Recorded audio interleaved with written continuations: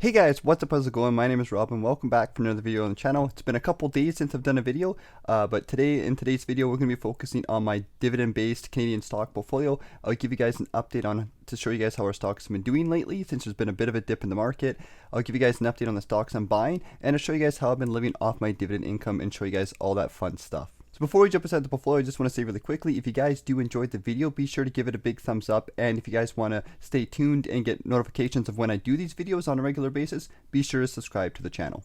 So we're inside the Wealthsimple Trade portfolio, and as you guys can see, if you guys have been watching my videos over the past couple of weeks, we've been on a slow dip that's been happening ever since the beginning of, I think it was around April or so this year, and our portfolios have dipped quite a bit, but I think the overall stock market is like that. So once again, I just want to say, like when you usually do these videos and these kind of things happen, I just want to let you guys know that remember we're investing for the long term, and we're putting money in during the dip so that it can grow over time. But we have $101,000, $648 Canadian. As you guys can see, once again, it did go down quite a bit. We have a personal account with $16,000. That's an all-time negative return of $36. So that one dropped quite a bit.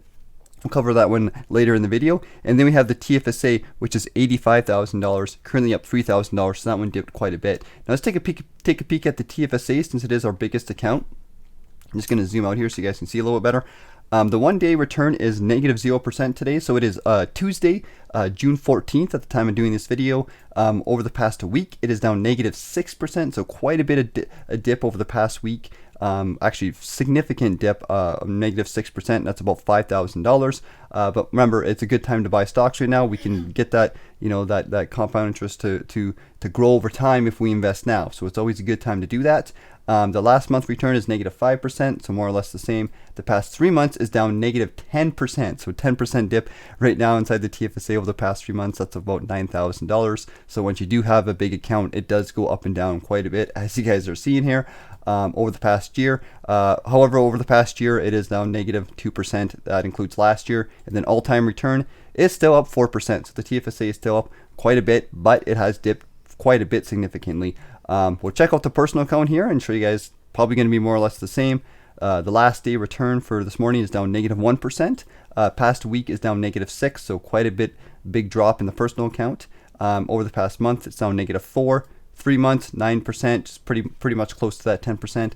1 year return is down negative 1%, and then all time it is about 0. So obviously, guys, when you invest in the market, and your money can grow, it helps protect you for these dips. So even though this account is down, negative 9 or 10%, it's currently all time sitting at 0 because we did invest way back in April of 2021. So we did get some growth. It was earning, and now it's dipped quite a bit. So we're going to keep investing, keep growing, and the account will benefit us and grow in the long term. And before we go any further in the video, I just want to do a quick little mention. If you guys want to support the channel, you guys can sign up to Wealthsimple Trade. Wealthsimple Trade is a platform that I use to buy and sell my stocks. It's the main platform you're going to see here that I focus on my channel a lot. I think they are one of the best brokerages on Canada, and they're one of the perfect options for beginners. So if you're just getting started, I think they really have a good program. So if you guys want to sign up, you guys can click in the link in the description of this video. If you guys do sign up and use my link, you guys will get 2 free stocks that you guys will instantly be able to add into your account, and I'll get 1 free stock as well. So if you guys want to support the channel and you guys want to get started with investing, you guys can do that. So the stocks I'm going to be buying in today's video, we're going to take a peek at some of the ones here. I only have $55 to trade today, not a lot of money. Obviously that sucks because when everything dips, you want to put as much money as you can in the market. But once again, you have to be realistic with what you got and just do the best you can. I only have $55 today. It's not that much, but at least it's something. So I'm going to go ahead and put that into the market. We'll take a quick peek at some of the stocks we could buy. I think at this point you could theoretically pretty much buy anything as long as it's a good company. But some options here, we have AQN we could buy inside a portfolio. And just to kind of take a peek at some of the ones that have dipped quite a bit. HYLD we could buy as well. It's currently down 14%, so you could tap into that yield right now. I think they're currently offering like 11 to 12% yield if you buy right now. So it's pretty attractive if you're looking for some high dividend yields. You can look at some of those covered call ETFs because when they do dip, those yields go up, and assuming they're going to keep the same dividend payments, you got to check for that, and you got to kind of make sure of that. You can get some nice yields. Some of other stocks like TELUS and TD have gone down quite a bit, so some of those big quality, high quality dividend growth based companies are always a good option. VDY has dipped quite a bit, so this is the Vanguard dividend, Canadian high dividend yield fund. Once again, a lot of Canadian banks and stuff like that, a lot of financial stocks. So you guys could buy some of those if you want. And then we have VFE, which is down negative 10%. This is the S&P 500 inside my portfolio. It's down quite a bit. I think it's down actually like negative 20% year to date. If you go over the past year, you can see it's down 6%. Let's take a peek here. Last month it's down 6%. 1 week, sorry, it's down 6%. Last month it's down 6%. Last 3 months it's down 12%. And I think year to date, don't quote me on this, it's kind of sitting around down negative 20%. So since this is such a good fund, and you know the U.S. stocks always do rebound quite a bit, it would be a good idea to buy this one, and I'm probably going to be buying a fractional share of VFE, but I think I'm going to split it between HYLD. I think I'm going to buy 1 share or so of that. We might split it $26 HYLD because I do once again want to buy some of these covered calls. This was my plan anyways, to get some more passive income inside the portfolio to a certain point, and I'm going to take advantage of some of these higher yields right now. So we'll buy that. We'll do kind of a a balanced approach here. We'll buy $26 of HYLD. We'll put that into our TFSA. Go confirm, and then we will go back and we'll be putting some money into VFE. So we'll go personal account.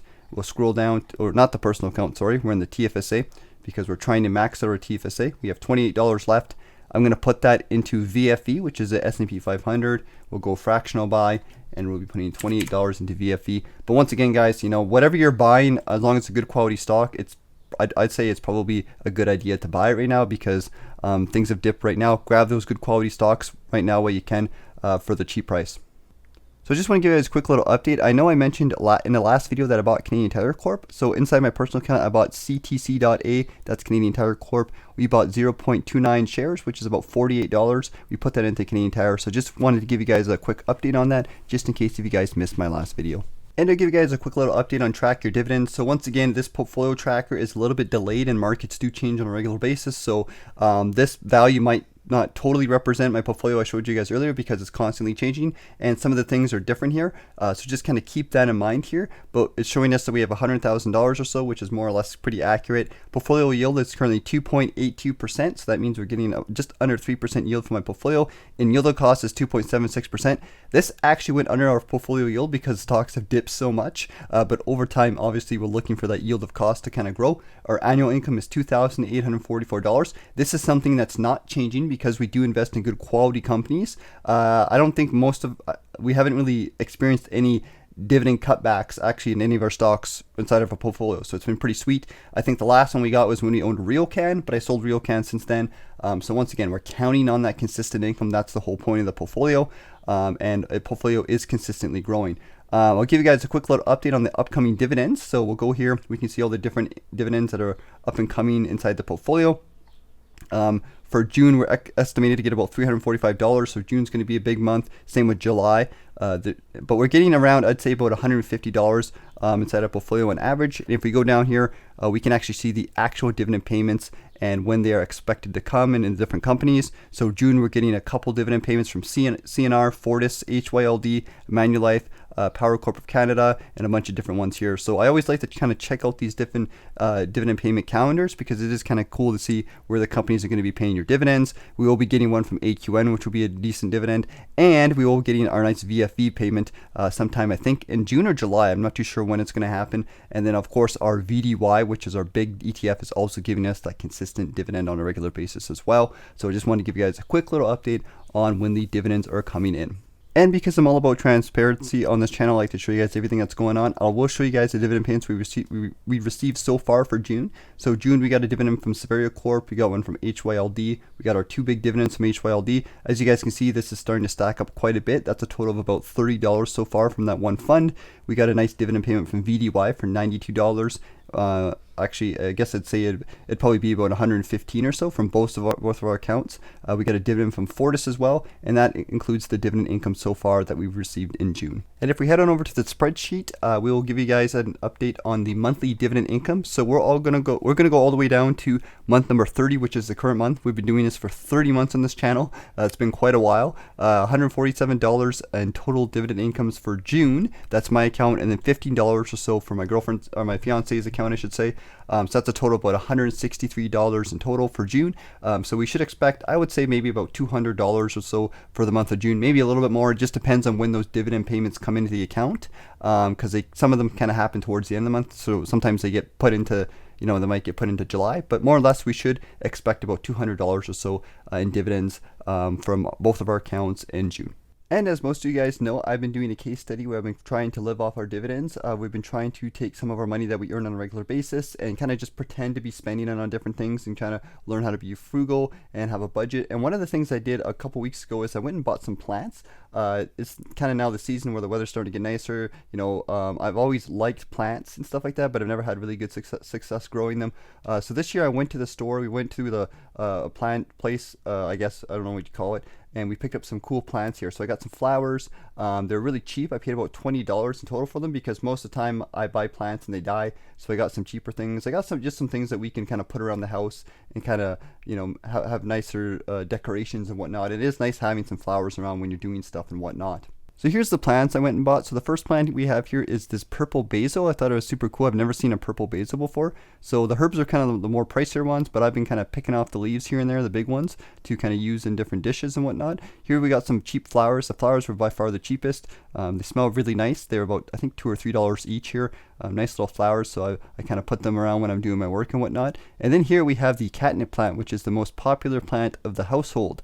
You guys can see it's pretty big. That's catnip right there. I've been picking off the leaves. The cats love it. It also smells like another green plant you guys might know, but I'm just going to grab it here. I'm going to pick off a leaf, and the cats just love this stuff. So I pick off one of the big leaves when they grow, and I give it to the cats, and they just love it.